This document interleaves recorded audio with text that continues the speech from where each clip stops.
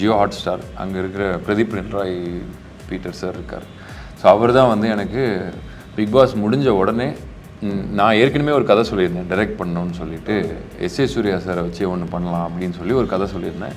அந்த கதையை திருப்பி சொல்லுன்னு சொல்லி கேட்டார். திருப்பியும் நான் அவர்கிட்ட சொன்னேன், நீயே நடிக்கக்கூடாது, நீயே நடிச்சிருக்கியா அப்படின்னு கேட்டார். அப்போ நம்ம எஸ்ஏ சூர்யா சாருக்கு எழுதியிருக்கிறத நம்ம அடாப்ட் பண்ணுறதுக்கு மாற்றி எழுதணும், நான் எனக்கு கொஞ்சம் நேரம் வேணும்னு சொல்லி இந்த கதையை ஃபுல்லாக மாற்றி வித்தியாசமாக எழுதிக்கிட்டு இருந்தேன். கையை பிடிச்சி நடத்தி கூப்பிட்டு வந்தார் பின்னாடி இருந்து. நான் இப்போ யார் கையை பிடிச்சிருக்கேன்னா, அவர் வந்து உலகநாயகன், இந்தியாவில் எப்படிப்பட்ட ஆக்டர், நம்ம அவர் இருக்காருன்னு சொல்லி நம்ம ப்ரௌடாக இருக்கக்கூடிய அவர், அவ்வளோ பெரிய ஆக்டர் நம்ம கையை பிடிச்சி கூப்பிட்டு வராரு. கூப்பிட்டு வந்து கையை தூக்குறாரு ஜெயிச்சிட்டு அப்படின்னுமா. அதுக்கு நம்ம அந்த அந்த இதில் வந்து கீழே தலையை குடிஞ்சிருப்பேன். நமக்கு என்னடா இவ்வளோ பெரிய ஆள் நம்ம கையை பிடிச்சி இப்படி இவ்வளோ இது ஜெயிச்சிட்டோமா அப்படின்றத எனக்கு நம்புறதுக்கே வந்து நிறையா 2-3 மாதம் ஆச்சு. ஒருவேளை விஜய் சாரை பார்த்துட்டு அவர்கிட்ட காட்டணும்னு சொல்லி சின்ன வயசுலேருந்து ஒரு நோட்டு ஸ்டிக்கர் ஒட்டியிருந்தேன்ல, அது அப்படியே வச்சுருந்தேன். குட்டி வயசுலேருந்து ஓடி போய் எடுத்துகிட்டு வந்து பிரேக்கில் வந்து நான் சின்ன வயசுலேருந்து உங்களோட ஃபேன், நான் என்றைக்காவது உங்களை பார்த்தா இதை காட்டணுன்னு இப்போ வரைக்கும் வச்சுருக்கேன் அதை அப்படின்னோடனே பொறுமையாக உட்காந்து எல்லா ஃபோட்டோவையும் பார்த்தார். என் தம்பி அஜித் சார் ஃபேன், நடுவில் ஒரு அஜித் சார் வேறு வந்தார். அதை பார்த்து எனக்கு நைஸ் அப்படின்னு சொல்லிட்டு அப்புறம் ஒரு இதாக இது பண்ணார். எழுதிலாம் வச்சுருந்தேன், கீழே நிறையா எழுதி வச்சேன். என்ன எழுதியிருப்பேன்னா, சின்ன பிள்ளைகள் 8th படிக்கும்போது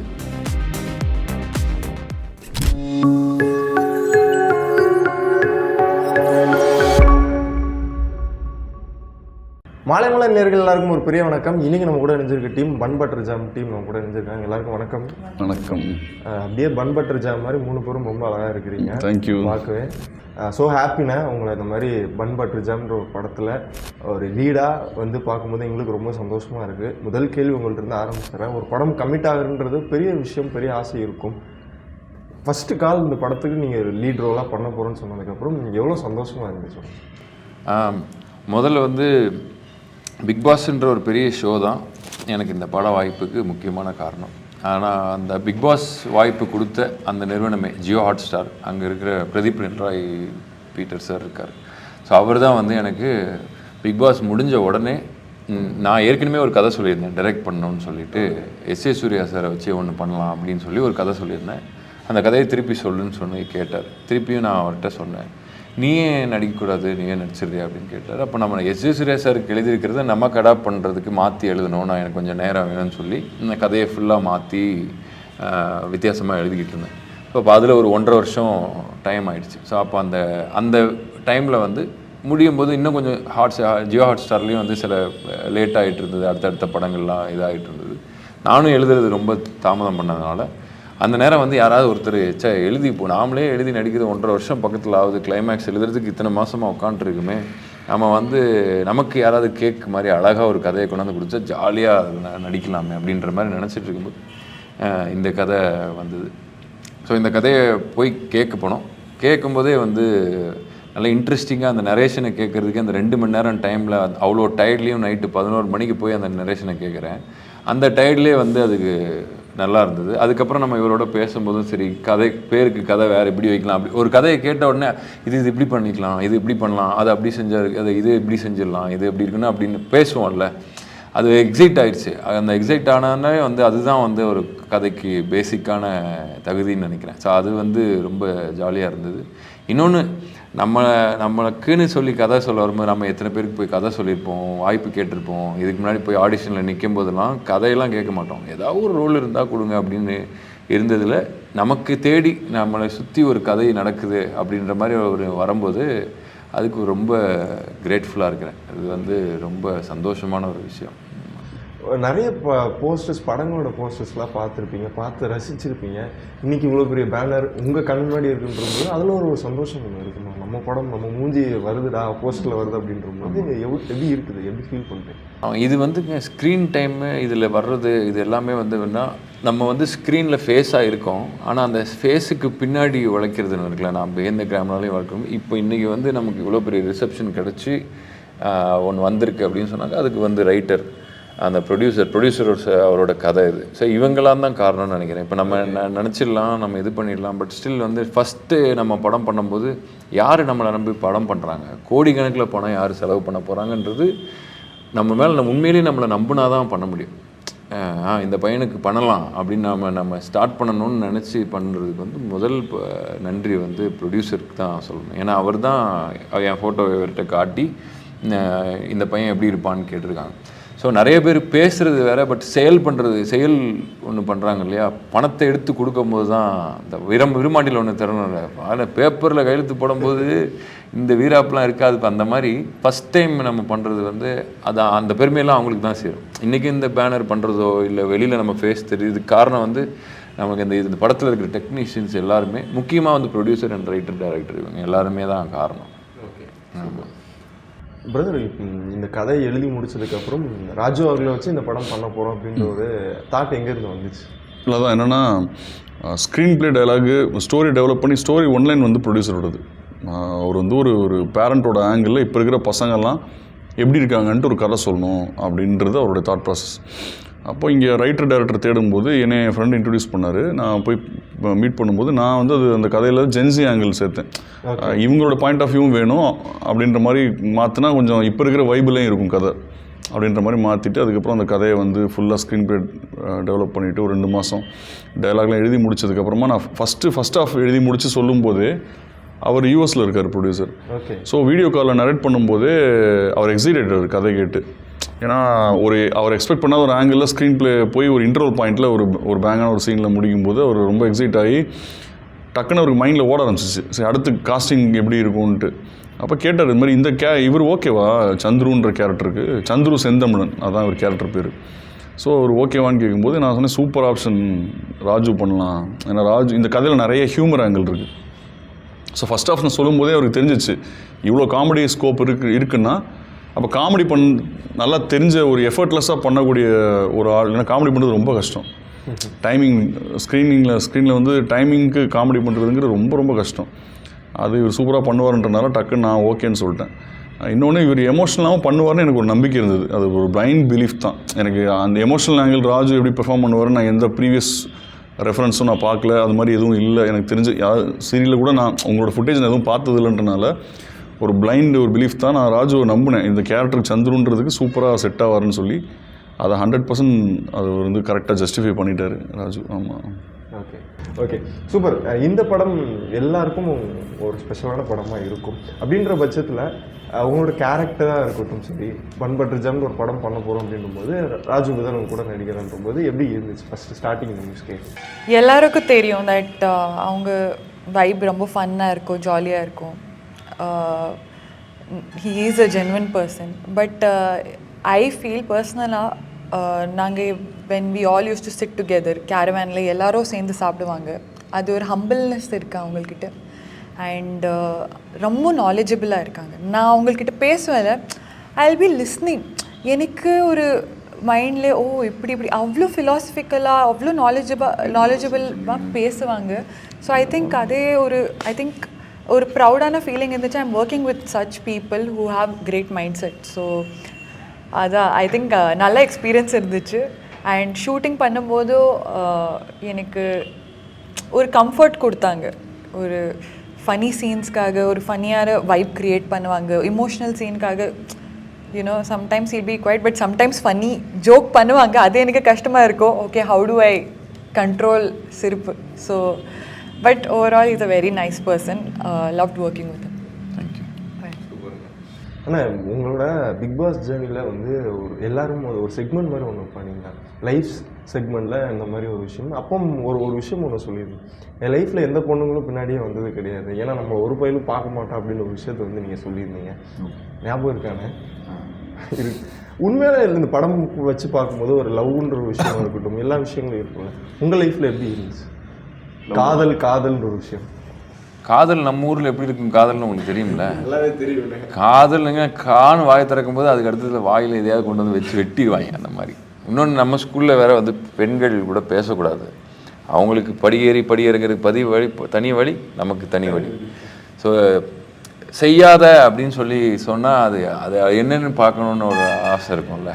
பண்ணக்கூடாது, தெற்கால இருக்கிற ரூமுக்கு மட்டும் யாரும் போகக்கூடாது அப்படின்னா நான் போவேன். ஆமாம். ஸோ அந்த மாதிரி அந்த அப்படி இது பண்ணி வைக்கும்போது ஒரு விஷயம் இருக்குல்ல. ஸோ அப்போ வந்து நான் அப்படி வளர்ந்த பையன் வந்து கரெக்டாக பொண்ணுங்க கிட்ட போய் பேசினா எப்படி அப்ரோச் பண்ணணும், அவங்க பேசினா என்ன இது. இப்போ நம்ம ஊரில் நிறைய பசங்க என்ன சொல்லுவாங்க, சரியாக பேச தெரியாமல் இது பண்ணிடுவாங்க, பசங்க கிட்ட பேசுகிற மாதிரியே பொண்ணுங்க கிட்ட பேசிப்பாங்க. அது வந்து எனக்கு வந்து முதல்ல பிரேக் ஆனது என்ன எப்போன்னா காலேஜில் பார்த்தீங்கன்னா ஒரு பொண்ணு பக்கத்துலேயே பையன் வந்து உட்காந்துக்கலாம். வந்து சிடம் அப்படின்ற மாதிரி சிட்டவுனா அப்போது லவ் தான் அந்த மாதிரி. ஆமாம், பக்கத்தில் உட்காருன்னு சொன்னாலே அந்த காலத்தில் இதுதானே. அதுக்கப்புறம் பார்த்து சிரிச்சிருச்சுன்னா ஓகே அந்த மாதிரி இருக்கும். ஸோ ஏன்னா நம்ம அப்படி ரொம்ப ரெஸ்ட்ரிக்டடாக இருந்த மாதிரி. அதுக்கப்புறம் தான் இந்த காலேஜில் இது பண்ணதுக்கப்புறம் விஷுவல் கம்யூனிகேஷன் படிக்கும்போது நிறையா டீச்சர்ஸ் அவங்க வேற ஒரு நாகரிகம் கற்றுக் கொடுத்தாங்க. ஒன்று வந்து இப்படி ஒன்று இருக்குது அப்படின்றதுலாம் இது பண்ணி பார்த்தும் நம்ம நிறைய தெரிஞ்சுக்கிட்டோம். கோயம்புத்தூரில் இருக்கும்போது கேரளாலேருந்து நிறைய பேர் வருவாங்க, இங்கே நிறைய பேர் இருப்பாங்க, நார்த் இந்தியாவிலேருந்து நிறைய பேர் வருவாங்க. இன்னொன்று அது ஒரு சூப்பர் காலேஜ், அது நல்ல செழிப்பான ஒரு காலேஜ். அந்த காலேஜில் வந்து நிறைய அனுபவம் இருந்தது. அது ஒரு ஜாலியான அப்போ கொஞ்சம் கொஞ்சமாக தான் நான் இது பண்ண முடியும். அப்படியே கொஞ்சம் கொஞ்சமாக எவால்வ் ஆகி இன்னைக்கு 2 ஹீரோயினுக்கு நடுவில் ஜாலியாக பல்ல காட்டிக்கிட்டு உட்காந்துருக்கேன் பார்த்தீங்களா. ஆனால் இப்போ இருக்க ஜென்ரேஷன் எடுத்து பார்க்கும்போது இப்போ ஸ்கூல்லேயே நமக்குலாம் அப்போலாம் வந்து பாய்ஸ் தனியாக கேர்ள்ஸ் தனியாக பிரித்து உட்கார வைக்கிறது. இப்போ அப்படிலாம் இல்லை. கோயட் ஸ்கூல்லாம் போய் பார்த்தோம்னா வந்து பொண்ணுங்க பசங்க பக்கத்தில் ஸ்கூல்லேயே உட்கார வைக்கிறாங்க. நான் படிக்கும்போதே பக்கத்தில் இருக்கிற ஸ்கூலில் வந்து பக்கத்துலலாம் உட்காருவாங்க. இப்போ எங்கேருந்து ஒரு பையன் திடீர்னு 6 மாதத்தில் டிஸ்கண்டினியூ. எங்கடா டே அந்த ஸ்கூலில் அங்கே வந்து கம்பல்சரியாக ஒரு பொண்ணு பக்கத்தான் உட்காரணுமா, எங்கள் அம்மாட்ட சொல்லி நான் மாற்ற போகிறேன்டா இந்த ஸ்கூலை அப்படின்ற மாதிரி சொல்லி அந்த ஸ்கூலுக்கு வந்து இதே அதாவது விளம்பரமே இதுதான். அதாவது எல்லா ஸ்கூல்லையும் வந்து பேரண்ட்ஸ் தானே கேள்விப்படுவாங்க அங்கே கோச்சிங் நல்லா இருக்கான். எங்கள் ஸ்கூலில் பார்த்தீங்கன்னா விடிய காலையில் 8 மணிக்கு கொண்டாந்து குழந்தைய விட்டிங்கன்னா நைட்டு 8 மணி வரைக்கும் குழந்தைக்கும் புக்கு மூஞ்சில் வச்சு கட்டிடுவோம். அந்த மாதிரி ஃபுல்லாக டியூஷன் ஃபீஸ், இது தனியாக படிக்கிறதுக்கு ஒரு ஃபீஸ், அதுக்கப்புறம் எல்லா பேப்பரையும் கிழிச்சு நாங்களே கரைச்சி வாயில் ஊற்றி அவனை ஃபுல்லாக ரெடி ஆகிடுவோம் அப்படின்ற மாதிரி சொல்லுவாங்க. அதுதான் பேரண்ட்ஸ்க்கு ரொம்ப பிடிக்கும். ஸ்ட்ரிக்டான காலேஜ், ஸ்ட்ரிக்டான ஹாஸ்டலு, எந்நேரமும் படிக்கணும், 24 மணி நேரமும் ஸ்டடி. அப்படி இந்த காலேஜுக்கு விளம்பரமே, இந்த ஸ்கூலுக்கு விளம்பரமே என்ன அப்படின்னா, அது ஒரே பெஞ்சில் லேடிஸோட உட்கார விட்றாங்கடா ஒன்று இந்த பசங்கள்லாம் போவாங்க. அந்த ஸ்கூலில் நான் சேர்றேன், ரொம்ப நல்லா இருக்குது அப்படின்னா. ஆனால் பேரண்ட்ஸ்க்கு தெரியாது. ஸோ அது அந்த மாதிரி ஒரு ஸ்கூலும் இருந்தது. அப்போவே அப்படிலாம் இருந்தது. ஆனால் வந்து என்ன சொல்கிறது, சில இடங்களில் வேறு மாதிரி இருக்கிறனால அப்படி இருக்குது. ஒரு சில இடங்கள் மட்டும்தான். நம்ம படிக்கும்போது அப்படிலாம் இருந்துச்சு. இப்போ வந்து ஒரு சின்னதாக ஃபோட்டோ செக்மெண்ட் பற்றி விளாட போகிறோம். நீங்கள் நிறைய ஆர்டிஸ்டோட ஃபோட்டோஸ்லாம் எடுத்திருப்பீங்க, அதோட வந்து எக்ஸ்பீரியன்ஸ் ஃபோட்டோ ஷேர் பண்ணுங்க.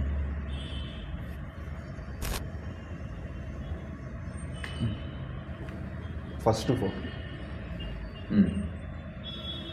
இந்த அனுபவம் எப்படி இருந்துச்சு அந்த டைம்? அந்த அனுபவம் எப்படின்னா, தாட்டே இல்லாமல் இருக்கிறதுன்னு ஒரு ஒரு ஒரு ஒரு ஒரு ஒரு ஃபேஸ். அது எனக்கு கிட்டத்தட்ட வந்து மைண்டில் எதுவுமே இல்லை. பிக் பாஸ் வீடு வந்து எனக்கு ரொம்ப பிடிச்ச வீடு. எனக்கு வந்து இது வரைக்கும் என் லைஃப்லேயே எனக்கு ரொம்ப பிடிச்ச 106 நாள்லாம் எனக்கு அதுதான்.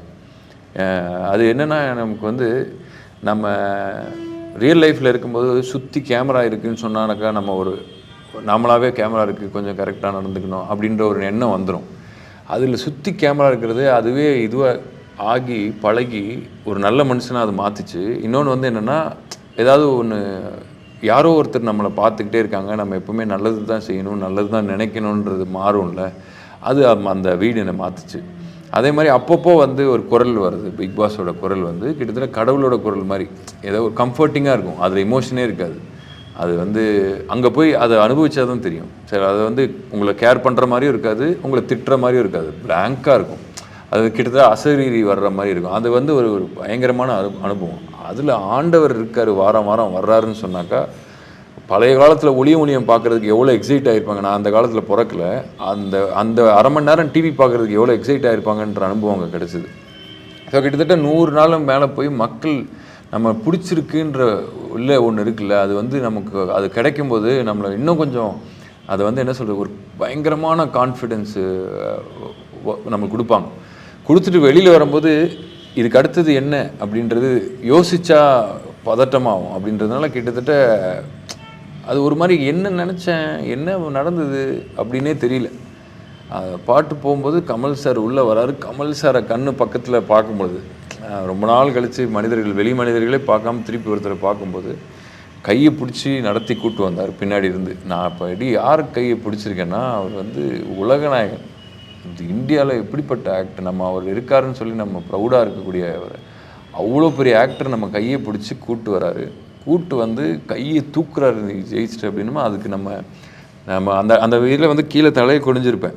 நமக்கு என்னடா இவ்வளோ பெரிய ஆள் நம்ம கையை பிடிச்சி இப்படி இவ்வளோ இது ஜெயிச்சிட்டோமா அப்படின்றத எனக்கு நம்புறதுக்கே வந்து நிறையா 2-3 மாதம் ஆச்சு. நான் வந்து அதுதான் நான் அந்த இதை திருப்பி எஞ்சிலாம் பார்ப்பேன். இது டிராஃபி கொடுத்துட்டாங்களா அப்படின்ற மாதிரி, நம்ம வின் பண்ணிட்டோமா அப்படின்ற மாதிரியான ஒரு அது கிட்டத்தட்ட இப்போ நீங்கள் யோசித்து பார்த்தாலும் கூட அது நீங்கள் கடவுளை நீங்கள் நேரில் பார்க்குற மாதிரியான ஒரு விஷயம் ஒன்று நடக்கும்ல, அது மாதிரி ஒரு அளவு கடந்த அன்பை அனுபவிச்சேன இது. அது எனக்கு ரொம்ப மறக்க முடியாத ஒரு விஷயம். அதை பற்றி நான் திருப்பி யோசிக்கிறதுக்கு நானாக எடுத்தது கிடையாது. பட் ஆனால் அது எப்படின்னா ரொம்ப கனமாக இருக்கும். அது ஐயோ டூ மச் டு ஹேண்டில், அந்த மாதிரி இவ்வளோ இதுவா அப்படின்ற மாதிரி இருக்கும். ஸோ அது ரொம்ப ஸ்பெஷலான இன்றைக்கி நடக்கிற ஒரு நிமிஷம் ஒரு நொடியும் அதிலிருந்து ஆரம்பிச்சது தான் நினைக்கிறேன். Okay, super.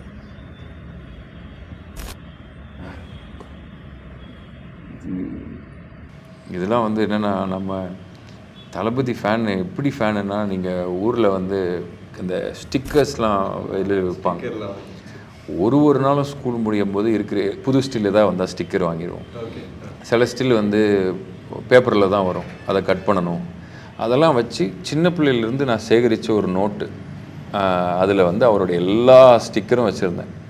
புக்கில் மேகசீனில் அவரோட எல்லாமே வச்சுருந்தேன். அவருக்கு என்ன சாப்பாடு பிடிக்கும், அவருக்கு மட்டன் ரொம்ப பிடிக்கும், அதை நிறையா இதில் சொல்லுவார். ஆனால் எனக்கு மட்டன் அவ்வளோவா இஷ்டம் இல்லை. அவருக்கு பிடிக்கும்னு சொல்லி சாப்பிட்டு எனக்கு பிடிக்கும் சாப்பிட்லாம் அப்படின்ற மாதிரி அவரை வந்து கிட்டத்தட்ட அணுவாக ஒருவராக ரசித்த ஒரு ஆள். அப்போது அதில் வந்து டவுட்டே கிடையாது, எனக்கே டவுட் கிடையாது. நான் வந்து என்னென்னா அந்த லவ் பியூர்.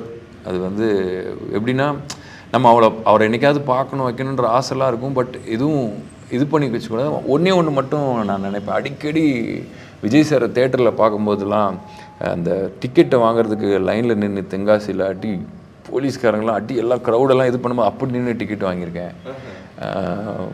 இப்படி சேர் போட்டு உட்காந்து கூட்டத்தில் நின்றுட்டு பார்த்துருக்கேன் தேட்டரில். இப்படிப்பட்ட ஒரு ஆள் எனக்கு விஜய் சார். எப்படின்னா அவரோட பாட்டெலாம் பார்த்தாக்கா நம்மளை பார்த்து பாடுற மாதிரியே இருக்கும்.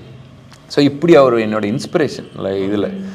ஸோ அவரை வந்து காலேஜ் படிக்கும்போது அவரோட ஆடியோ லான்ச்சில் பார்க்கணுன்னு பாஸ் வாங்கிட்டு அவரை எங்கேயாவது பார்க்கலாம். அந்த கூட்டத்தில் லேசாக தெரிவார், இங்கே ஒரு மச்சம் இருக்கும், அதை பார்ப்போம் அப்படி இப்படின்னு அந்த அவ்வளோ கூட்டத்தில் நெரிசலில் பார்த்துட்டு நண்பன் ஆடியோ லான்ச்சில் வந்து அவரோட தலை மட்டும் தெரியும். பின்னாடி ஒரு உட்காந்து என்னோட அண்ணா ஒருத்தர் அசிஸ்டன்ட் டைரக்டராக வேறு பார்த்தாரு, அவர் மூலமாக போய் இப்படி கொஞ்சம் கொஞ்சமாக இது பண்ணதில்லை. திடீர்னு வந்து பீஸ்ட் ஷூட்டிங் ஸ்பாட்டில் தான் ஃபஸ்ட் டைம் பார்க்குறேன் அவரை. இது வந்து நான் ஃபஸ்ட் டைம் பார்த்ததில்லை. இது வாரிஸ் ஆடியோ லான்ச்லாம் முடிஞ்ச பிறகு. ஆமாம். ஸோ அப்போது இப்போ பீஸ்ட் ஷூட்டிங் ஸ்பாட்டில் வந்து நம்ம எப்படின்னா நான் புதுசாக ஒரு கார் வாங்கியிருந்தேன் ஃபஸ்ட் டைம். அதை நெல்சன்கிட்ட காட்டிட்டு அவருக்கு அன்றைக்கி வெட்டிங் டே, அவரை போய் விஷ் பண்ணணுன்னு. அஜெண்டா என்னென்னா புதுசாக கார் வாங்கினதை காட்டுறதும் இல்லை, இதுவும் இல்லை. பட் தளபதியை பார்க்கணும், அதுவும் இல்லாமல் நெல்சன் ஷூட் பண்ணிருக்காரு, அதுக்கப்புறம் எப்படி போகாமல் இருக்கிறது அங்கே அப்படின்னு சொல்லிட்டு போயிட்டு ஷூட்டிங்கில் இது பண்ணிட்டுருக்கோம். ஆனால் வந்து இன்றைக்கி விஜய் சாரை பார்க்கலனாலும் பரவாயில்ல, தள்ளி இருந்து பார்த்தாலும் பரவாயில்ல, பார்க்கலனாலும் பரவாயில்ல, கஷ்டப்படக்கூடாது. ஆனால் இங்கே தான் எங்கேயோ இருக்காருன்ற ஒரு ஃபீலிங் இருக்கும்ல, அது வந்து இங்கே தான் எங்கேயோ இருக்காரு அப்படின்ற ஒரு ஃபீலிங். அப்போ அதோ எல்லா அசிஸ்டன்ட் டைரக்டர்ஸ் எல்லாம் நம்ம பசங்க தானே, எல்லாரோடையும் சேர்ந்து நின்றுட்டே இருக்கும். திடீர்னு ஒரு கை இப்படி ஒருத்தர் தள்ளி விட்டால் ஒருத்தர் வந்து அலட்டாமல் ஒருத்தர் போனார். திரும்பி பார்த்தா தலைவன் இப்போ எப்படி இருக்காருன்னா இப்படி இவ்வளோ பக்கத்தில் ஃபஸ்ட் டைம் நேரில் பார்க்குறேன். கை காலெல்லாம் சில்லுன்னு ஆகி முதுகுலெல்லாம் வந்து ஒரு மாதிரி ஆகும்ல, நம்ம யாரு தெரியுமா அவர் அப்படின்ற மாதிரி இருக்குது. அவ்வளோதான், முடிஞ்சு பார்த்துட்டேன்டா, இது போதும்டா அப்படின்ற மாதிரி இருந்துட்டு அப்படியே போய் பின்னாடி போய் கூட்டத்தில் போய் நின்றுக்கிட்டேன். அங்கே நின்றுட்டு அவர் எப்படி நடிக்கிறாரு அப்படின்னு அவர் அப்படியே அப்சர்வ் பண்ணி பார்த்துக்கிட்டே இருக்கேன். ரொம்பவும் ஒருத்தர் அதாவது நம்ம பார்த்துட்டே இருந்தோன்னா அவங்க திடீர்னு அவங்களோட விஷனில் தெரியல, எவனோ ஒருத்தன் யார பார்த்துக்கிட்டே இருக்கான்ற மாதிரி நம்மளை எதுவும் தப்பாக நினச்சிக்கக்கூடாது. ஒருவேளை ஃபஸ்ட் டைம் பார்க்கும்போது நம்மளுக்கு பிடிக்காம போயிடுச்சேன், யார் அவன் புதுசாக இருக்க வெளியே போங்க அப்படின்ற மாதிரி ஏதாவது சொல்லிடக்கூடாதுன்னு சொல்லி பயந்துக்கிட்டே இருக்கேன். பாட்டு இருக்கும்போது அப்போ கேஷுவலாக அங்கே பார்க்குற மாதிரி இருக்கேன், இங்கே தான் இருக்கார் தளபதி, நான் அங்கே பார்க்குற மாதிரி அப்படியே பண்ணிகிட்டே இருக்கேன். இருந்தாலும் கண்ணு போகும்ல, அப்படி கேஷுவலாக திரும்பும்போது பார்த்து தளபதி பார்த்துட்ருக்காரு. நான் பார்த்தோன்னே ஒரு யார் அப்படின்னாரு, அப்படின்னாரு. நான் அங்கேருந்து போனவன் தான், நான் போகிறேன் ஆவி தனியாக பிரிஞ்சு இப்படி போகுது, 2-3 பேராக போகிறேன். நான் போயிட்டு அவர் பக்கத்தில் போய் உட்காந்து புதுசாக இருக்குது யார் அப்படின்னு கேட்டார். நீங்கள் எனக்கு யார் தெரியுமாண்ணா அப்படின்னு நான் சொன்னேன். அவர் அப்படியே பார்த்துட்டே இருந்தார். கிட்டத்தட்ட என்ன பக்கத்தில் பார்க்குறேன்ல அவரை அப்படியே பார்த்துட்டு, நான் நெல்சனோட ஒர்க் பண்ணேன், அசிஸ்டன்ட் டைரக்டர், ரைட்டர். எனக்கு உங்களை ரொம்ப பிடிக்கும்னா இப்போ எப்படி எல்லாருக்கும் பிடிக்கும்னு எனக்கு, ஓகே அதான் புதுசாக இருக்குது எனக்கு கேட்டேன் அப்படின்னாரு. உங்கள் கண் அழகாக இருக்குது அப்படின்னாரு. அப்போனா அவ்வளோதான் காலி அப்படி. அதுக்கப்புறம் எஞ்சி போய் உட்காந்துட்டு அப்புறம் அசிஸ்டன்ட் டைரக்டர் இன்னொரு அண்ணன்கிட்ட, உன் கண்ணு அழகாக இருக்குது, நல்ல ஒரு செமையாக இருக்கான்ல அப்படின்னு அவர் சொன்னார். அப்பா இது எனக்கு பேசவே இல்லை. விஜய் சாரை போய் பார்த்துட்டேன், விஜய் சார் நம்மளை பற்றி இப்படி சொல்கிறாரா அப்படின்ற மாதிரி. எனக்கு என் கண்ணெல்லாம் கிண்டல் பண்ணவங்க தான் ஜாஸ்தி. அவர் இப்படி சொல்கிறாரா அப்படின்ற மாதிரி அதை என்னால் எடுத்துக்கவே முடியல. ஒருவேளை விஜய் சாரை பார்த்துட்டு அவர்கிட்ட காட்டணும்னு சொல்லி சின்ன வயசுலேருந்து ஒரு நோட்டு ஸ்டிக்கர் ஒட்டியிருந்தேன்ல, அது அப்படியே வச்சுருந்தேன். குட்டி வயசில் ஓடி போய் எடுத்துகிட்டு வந்து பிரேக்கில் வந்து நான் சின்ன வயசுலேருந்து உங்களோட ஃபேன், நான் என்றைக்காவது உங்களை பார்த்தா இதை காட்டணுன்னு இப்போ வரைக்கும் வச்சுருக்கேன் அதை அப்படின்னோடனே பொறுமையாக உட்காந்து எல்லா ஃபோட்டோவையும் பார்த்தார். எல்லா ஃபோட்டோவும் பார்த்தாரு. என் தம்பி அஜித் சார் ஃபேன், நடுவில் ஒரு அஜித் சார் வேறு வந்தார். அதை பார்த்து எனக்கு நைஸ் அப்படின்னு சொல்லிட்டு அப்புறம் ஒரு இதாக பண்ணார். எழுதிலாம் வச்சுருந்தேன், கீழே நிறையா எழுதி வச்சேன். என்ன எழுதிருப்பேன்னா, சின்ன பிள்ளைகள் 8th படிக்கும்போது my blood is haemoglobin is replaced by விஜயோக்ளோபின். இது ஒரு இதெல்லாம் பார்த்து என்ன பார்த்து அந்த மாதிரி இது எல்லாத்தையுமே பார்த்துட்டு ஸோ ஸ்வீட் ஆஃப் யூ அப்படின்னு கொடுத்தாரு. ஆனால் அவங்களோட ஒரு சிக்னேச்சர் கிடைக்குமா ஷுவர் அப்படின்னு சொல்லிட்டு அவர் வந்து எழுதுறாரு. பேனா எழுதலை, பேனா ஓடி போய் செட்டு பூரா பேனா வாங்குறதுக்கு சுற்றிட்டு வர்றதுக்குள்ளே அவர் அந்த பேனாவை எழுத வச்சிட்டார். ஆமாம், அவரே இது பண்ணி எழுத வச்சு பேர் எனக்கு எழுதி கொடுத்து அந்த வச்சுருந்தார். அது நான் யாருக்கிட்டையுமே ஷேர் பண்ணல. அவர் பார்க்க போன ஃபஸ்ட் டைம் அவரை போய் நான் பார்க்க போன சட்டையை வந்து ரொம்ப நாள் அப்படியே வச்சுருந்தேன். அவர் தோளில் கை வச்சாருன்னு சொல்லி ஃபோட்டோலாம் எடுக்கல. அவர் பீஸ்ட் ஷூ இதில் கெட்டப்பில் இருந்தார். ஸோ ஃபோட்டோலாம் அவரை கேட்கவும் இல்லை. இன்னொன்று கொஞ்ச நேரம் அவரை பார்த்துட்டே இருக்கேன், அவ்வளோ நேரம். அதுதான் ஃபஸ்ட் டைம். அதுக்கப்புறம் வந்து இந்த ஃபோட்டோவுக்கு முன்னாடி வாரிசு ஆடியோ லான்ச்சை ஹோஸ்ட் பண்ணுறதுக்கு ஒரு வாய்ப்பு ஜெகதீஷ் ப்ரோ வந்து கூப்பிட்டார். ஆமாம், இதுக்கு எவ்வளோ எக்ஸைட் ஆகிட்டேன்னா, நான் வந்து அந்த மாதிரியே கோட்டு வேணும், அதை மாதிரியே ரெடி ஆகிடணும். அவர் படத்துக்கு போகும்போது அவரை மாதிரியே போனவங்கல்ல, இப்போ அவர் ஆடியோ லான்ச்சை ஹோஸ்ட் பண்ணும்போது என்னென்னலாம் சொல்லலாம். இன்னொன்று வந்து நம்ம அவரை பற்றி சொல்லும்போது வேறு யாரும் தப்பாலாம் யாராவது சொல்லிட்டாருன்னா கோவம் வந்துடும். அதனால் நம்ம வந்து கரெக்டாகவும் இருக்கணும், அவருக்கு தப்பாகவும் எதுவும் பண்ணிடக்கூடாது அப்படின்னு சொல்லி அதுக்கு ரொம்ப எக்ஸைட்டடாக இருந்தேன். அந்த டென்ஷன் வந்து மூஞ்சில் வேர்த்து தெரிஞ்சுக்கிட்டு இருக்கும். ஸோ அது பண்ணி முடித்ததுக்கப்புறம் எல்லாம் அதை நீங்கள் பார்த்துருப்பீங்க டிவியில். அதெல்லாம் முடித்ததுக்கப்புறம் ஜெகதீஷன் ப்ரோ வந்து கூப்பிட்டாரு. சூப்பர் ப்ரோ, சூப்பராக பண்ணிங்க, சூப்பர், நம்ம இதை மீட் பண்ணலாம் ப்ரோ அப்படின்னு சொல்லிட்டு ஒரு இடத்துக்கு கூப்பிட்றாரு. நம்ம கூப்பிடும் போதே வந்து நம்ம அவரை பார்க்க கூப்பிட்றாங்க, அவ்வளோதான் இது ஆயிடுச்சு அப்படின்னு சொல்லும்போது ஃபஸ்ட் டைம் அவரை பார்க்குறதுக்கு போய் லிஃப்ட்டில் வந்து ஏறும்போது தான் சொல்கிறாங்க, அண்ணனை பார்க்க போகிறோம் அப்படின்னாரு. லிஃப்ட்டு மெதுவாக ஏறுது, அதுக்கு மேலே நான் ஏறுறேன், எங்கேயோ போகிறேன். அங்கே அந்த மாதிரி இருக்குது. நமக்கு படப்படன்னு ஆயிடுச்சு. ஃபஸ்ட் டைம் அவரை பார்க்குறேன். ஹாய்ப்பா அப்படின்னு சொல்லிட்டு வர சொல்லி நான் காஃபி குடிச்சிட்டு இருந்தேன். மேலே போகலாம் அப்படின்னு சொல்லிட்டு அந்த காஃபி அவர் எடுத்துகிட்டு போய் அவர் எனக்கு கொடுத்தாரு, குடிங்க அப்படின்னு சொல்லிட்டு ஜாலியாக உட்காந்துருக்காரு. அவர் ஜாலியாக உட்காந்துருந்தார். நான் அப்படியே பார்த்துட்டே இருக்கேன், என்ன இது பண்ணுறதுன்னு. சார் எனக்கு நீங்கள் யார் தெரியுமா அப்படின்னு நான் கேட்டேன். ஏய், நம்ம தான் பீச் ஷூட்டிங்லேயே பார்த்தோமாப்பா அப்படின்னா.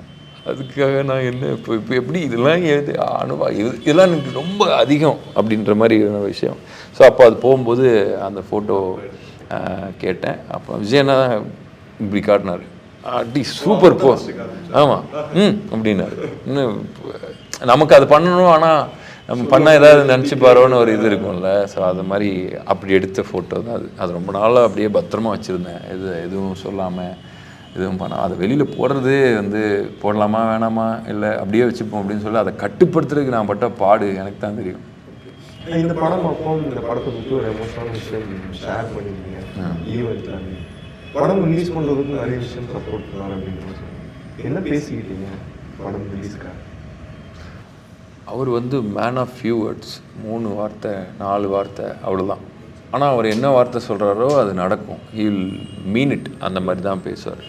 ஸோ இப்போ இந்த படம் இது வருதுன்னு சொல்லும்போது எனக்கு ஃபஸ்ட்டு படம் ரொம்ப ஸ்பெஷல் அப்படின்றதுனால இதோட அந்த ஸ்டீலரை வந்து அவருக்கு நான் ஷேர் பண்ணி எதிர்பார்க்கவே இல்லை அவர் கால் பேக் பண்ணுவார். ஸோ அவர் கால் பேக் பண்ணி தளபதி சிரிக்கிறத ஃபோனில் கேட்டேன்.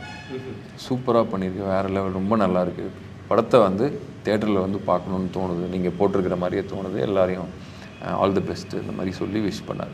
அவர் விஷ் பண்ணிட்டாருன்ற விஷயத்தை வந்து நம்ம ஒரு ட்வீட்டில் போட்டது அவருக்கு பிடிச்சிருக்குன்றது தெரிஞ்சோடனே ஒன்று நடந்தது பாருங்கள், இந்த படத்துக்கு ஒன்று சுற்றி, அது வந்து ஃபினாமினல். அது வந்து அவர் சொன்ன ஒரு விஷயத்துக்கு இப்படி நடக்குதுன்னா அவர் எவ்வளோ ஒரு பெரிய விஷயங்களுக்கு பண்ணியிருக்காரு பாருங்கள். ஆமாம். லாஸ்ட்டாக சேது அண்ணா வந்து அவர் வந்து எப்படின்னா ரொம்ப யதார்த்தமான ஒரு ஆள். அவர் வந்து அள்ளி அணைச்சிக்கிட்டு, அவர் வந்து ஒரு புதுசாக ஒருத்தன் வர்றான்னா அவனுக்கு என்ன தெரியணும் என்ன தெரியக்கூடாது, எந்த சினிமாவில் என்ன பண்ணணும் என்ன செய்யணும், என்ன கதைகள் நீ எப்படி சூஸ் பண்ணணும், எல்லாத்தையுமே வந்து ரொம்ப கம்ஃபர்ட் பண்ணி அவர் அறிவை வந்து ஷேர் பண்ணுவார். நிறைய நம்மக்கிட்ட பகிர்ந்துக்குவார். அதே மாதிரி என்னென்னா என்ன தோணுதோ அதை நம்மக்கிட்ட சொல்லிடுவார். நான் ஃபஸ்ட் டைம் அவர் ஒரு ஆஃபீஸில் பார்க்கும்போது என் ஃப்ரெண்ட்ஸ் பிக் பாஸில் வருண் சிபிலாம் இருக்கிறாங்களே அவங்களோட நான் போனேன். பன் பட்டர் ஜாம்ன்ற படம் வந்து கண்டிப்பாக நடக்குன்ற நம்பிக்கை வந்தது அவர் ஆஃபீஸில் தான். எப்படின்னா நம்ம இந்த படம்லாம் பார்த்துட்டோம், இதெல்லாம் பண்ணிட்டோம், ஓகேன்னு பண்ணால் நிறைய பேர் வருவாங்க போவாங்க, பட் ஆனால் அந்த படம் ஸ்டார்ட் ஆகாது. அதுக்கு அடுத்த ஸ்டேஜ் போவார். அதே மாதிரி தான் இது எட்டனதர் இன்னொரு ப்ராஜெக்ட் மாதிரி இருக்கும் போல். நம்ம பார்ப்போம், ஓகேன்னு சொல்லி நடந்தால் பண்ணலாம், அப்படி இல்லைனா விட்டுறலாம் அப்படின்ற மாதிரி இருக்கும். அப்போது எதாச்சியாக வந்து வருண் கூப்பிட்டான்னு சொல்லிட்டு நாங்கள் அவங்க ஆஃபீஸுக்கு போகிறோம். ஒரு ஆஃபீஸ் எப்போவுமே ஜனரஞ்சகமாக இருக்கும். கீழே நிறைய பேர் சாப்பிட்டுக்கிட்டு இருப்பாங்க, யார் வந்தாலும் காஃபி சாப்பிட்றீங்களா அந்த மாதிரி கேட்பாங்க. ஒரு அழகான கிளி ஒன்று இருக்கும், அது வர்றவங்களெல்லாம் பார்த்துக்கிட்டே இருக்கும். அது மாதிரி கீழே வந்து ஒரு பெரிய பெயிண்டிங், அவங்க அப்பாவோட பெயிண்டிங் பெருசாக இருக்கும். இயக்குனர் ஒருத்தர் ஜனநாதன் அவங்களோட அது இடமே வந்து பார்த்திங்கன்னா ஒரு அறிவார்ந்தவர்கள் வந்து பகிர்ந்தது ரொம்ப நல்லாயிருக்கும், ஜனரஞ்சகமாக இருக்கும். அப்படியே மேலே போகும்போது அவரை போய் பார்க்க போகிறோம் அப்படின்னு சொல்லும்போது நாம் சிபி வருண் எல்லோரும் போகும்போது அவர் அப்படியே வாங்கப்பா வாங்க வாங்க அப்படின்னு, ஏய் ராஜு எனக்கு ஒன்று ரொம்ப பிடிக்கும் அப்படின்னாரு. அப்போ அவர் உண்மையில தான் நான் பிக் பாஸில் அந்த திங்கிங்லாம் நல்லாயிருக்கு, அது மாதிரி குட் அப்படின்னு சொன்னார். இப்போ எனக்கு உங்ககிட்ட அதை பண்ணணும்லாம் அவசியம் இல்லை. இப்போ நான் என்ன உனக்கு ஒன்று சொல்லணுன்னா, அமீர் கான் சார் நான் வந்து நார்த் இந்தியா போகும்போது பார்த்தேன். அவர் வந்து என்னை பார்த்து எனக்கு ஒன்று ரொம்ப பிடிக்கும் அப்படின்னு சொன்னார். உங்களுக்கு ரொம்ப பிடிக்கும், உங்கள் பெர்ஃபார்மன்ஸ் பிடிக்கும். இப்போ நம்மளோட பெர்ஃபார்மன்ஸ் வந்து ஒரு ஏரியாவில் நார்த் இந்தியாவில் பிடிக்கும்னா நார்த் இந்தியாவே நம்ம முன்னாடி வந்து சொல்ல மாட்டாங்க. ஆனால் வந்து இதன் மூலமாக ஒரு சயின்ஸ் மாதிரி தெரியும். நான் அதை மாதிரி உனக்கு சொல்கிறேன். இதுக்கப்புறம் நீ என்ன பண்ண போகிற, எப்படி என்ன செய்ய போகிறன்றதும் தெரியாது, பட் இது எனக்கு சொல்லணும்னு தோணுது.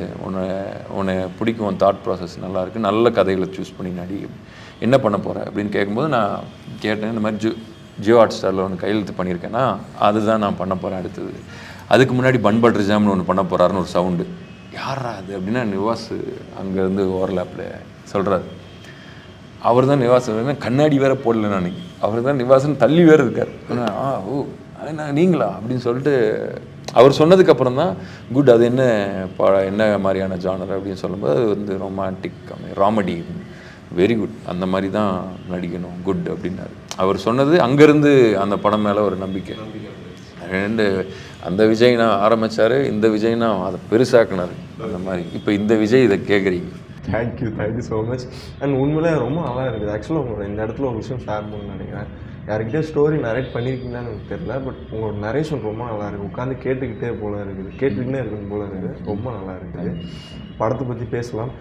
படம் எல்லாரும் இந்த ஜென்ரேஷனுக்காக எடுக்கப்பட்ட படம் ஜூலை 18 ரிலீஸ் ஆக போகுது.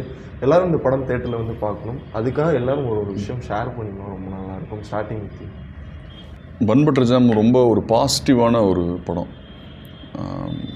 நீங்கள் படம் முடிஞ்சு வெளியே போகும்போது ஒரு மனநிறைவோட, ஒரு சந்தோஷமாக ஸ்மைலோடு கண்டிப்பாக போவீங்க. அந்த மாதிரி ஒரு ஃபீல் கொடுக்கும், ஒரு ஃபீல் குட்டாக இருக்கும், ஒரு நல்ல எமோஷ்னலான ட்ராமா இருக்கும்.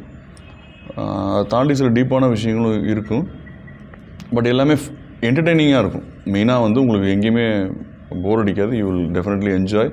ஸோ ஃபேமிலியோடு வந்து பார்க்கக்கூடிய ஒரு நல்ல ஒரு ஃபில்மாக பன் பட்டர் ஜாம் இருக்கும். ஸோ டெஃபினட்டாக ஜூலை 18 தியேட்டரில் வந்து பன் பட்டர் ஜாம் பாருங்கள்.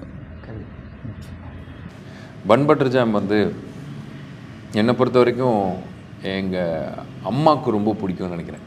என்னோடய அம்மா படம் பார்த்தாங்கன்னா நல்ல நல்ல படம் அப்படின்னு சொல்லுவாங்க. இப்போ நம்ம அம்மாவுக்கு என்ன பிடிக்கும்னு நமக்கு தெரியும்ல. ஸோ அதனால் இது என் அம்மாவுக்கு ரொம்ப பிடிக்கும்னு நினைக்கிறேன்.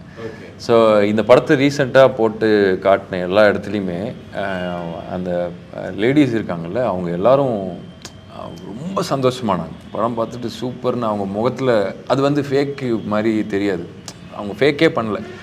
ஸோ அந்த அளவுக்கு சந்தோஷமானாங்க. கிட்டத்தட்ட இது வந்து லேடிஸ்க்கு வந்து கொண்டாடுற மாதிரியான ஒரு சப்ஜெக்டாக இருக்கும், அவங்களுக்கு ரொம்ப பிடிக்கும். ஈக்குவலி அவங்க மிச்சவங்கெல்லாம் ரெகுலராக படம் பார்க்குறாங்க. But this is something special with அம்மாக்கள் லேடிஸ்ன்னு நினைக்கிறேன் நான். ஸோ ஜூலை 18 நீங்கள் பெருமளவு வந்து இந்த படத்தை பார்த்தீங்க அப்படின்னா அது வந்து ஒரு பெரிய பிளெஸ்ஸிங். ஸோ இந்த படத்துக்கு நான் எப்போ பார்த்தேன் எனக்கே மைண்ட் செட் சேஞ்ச் ஆயிடுச்சு. அவ்வளோ பாசிட்டிவான படம் இது. நிறையா முக்கியமான மெசேஜஸ் இருக்குது இதில் ஃபார் ஜென்ஸி அண்ட் பேரண்ட்ஸ்க்காகவும். ஸோ நல்லா ஒரு கதை இருக்கும், கண்டிப்பாக பாருங்கள். நிறைய எமோஷன்ஸ் இருக்குது அண்ட் நல்லா ரிலேட் பண்ணுவீங்க நீங்கள் எல்லாம். ஸோ 18 ஜூலைக்கு கண்டிப்பாக பாருங்கள். இப்போ படம் ரிலீஸ் ஆகுது 18ஆம் தேதி. இந்த படம் பெரிய வெற்றி பெறுவதற்கு என்னோட சார்பாக மாலைமலை சமூக வாழ்த்துக்கள். இன்னும் நீங்கள் நிறைய படங்கள் பண்ணணும், அதெல்லாம் பார்த்து நாங்கள் தேட்டரில் என்ஜாய் பண்ணணும். எல்லாரும் நிறைய படங்கள் பண்ணணும். Thank you so much for time. ரொம்ப அழகாக பேசுங்க. நன்றி. தேங்க்யூ ரொம்ப நன்றி.